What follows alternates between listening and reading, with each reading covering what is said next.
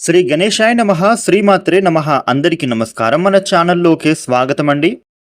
మేషరాశి వారికి ఈ 2026 మే నెల 1వ తేదీ శుక్రవారం రోజున మేషరాశి ఫలితాలు ఎలా ఉండబోతూ ఉన్నాయి, అలాగే రేపు ఏ దేవత ఆరాధన చేసుకోవాలి అనే పూర్తి విషయాలను మనం ఇప్పుడు ఈ వీడియోలో వివరంగా తెలుసుకుందాము.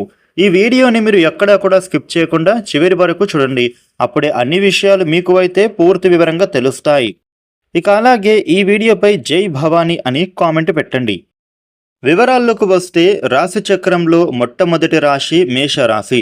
ఈ మేషరాశికి అధిపతి గ్రహాలలోని కుజుడు. రేపటి రోజున మేషరాశి ఫలితాలు ఎలా ఉండబోతూ ఉన్నాయి అని చూసినట్లయితే గనుక ఇప్పుడు వచ్చేటటువంటి రోజు అనేది చాలా ప్రత్యేకమైనదిగా కనిపిస్తోంది.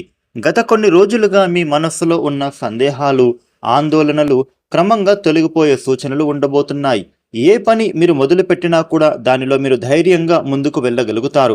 ముఖ్యంగా మేషరాశిలో ఉన్నటువంటి నాయకత్వపు లక్షణాలు ఇప్పుడు బయటపడతాయి.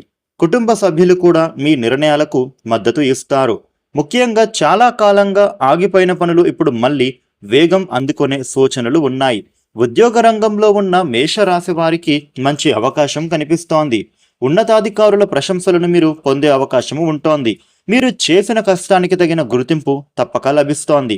కొంతమందికి ఇప్పుడు పదోన్నతి, ఇంకొంతమందికి కొత్త బాధ్యతలు పెరిగే సూచనలు వచ్చే అవకాశం కనిపిస్తోంది.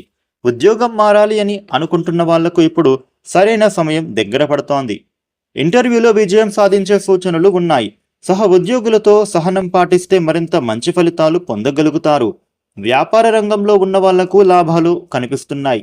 కొత్త పెట్టుబడులు పెట్టాలని భావిస్తున్న అనుభవజ్ఞులకు సలహాలు తీసుకోవడం మంచిది. భాగస్వామ్య వ్యాపారంలో కొన్ని చిన్న విభేదాలు వచ్చినా కూడా అవి త్వరగా సర్దుకుంటాయి. పాత బాకీలు తిరిగి వచ్చే సూచనలు కనిపిస్తున్నాయి.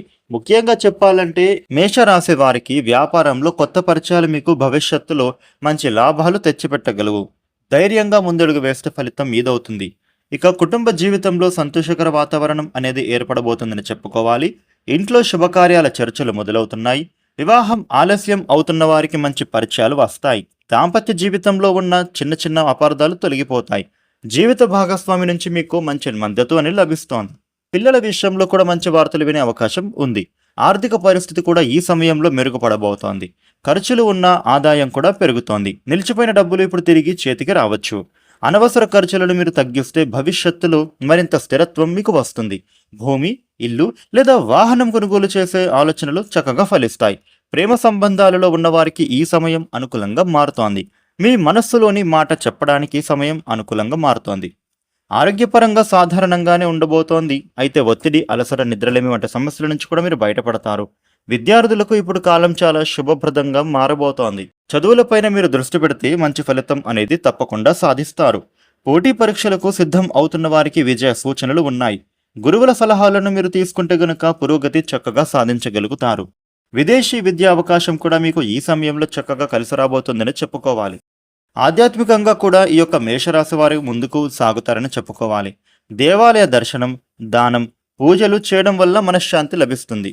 మేషరాశి వ్యక్తులకు ఆర్థిక పరిస్థితి అనేది ఈ సమయంలో మెరుగుపడబోతోంది అని చెప్పుకోవాలి.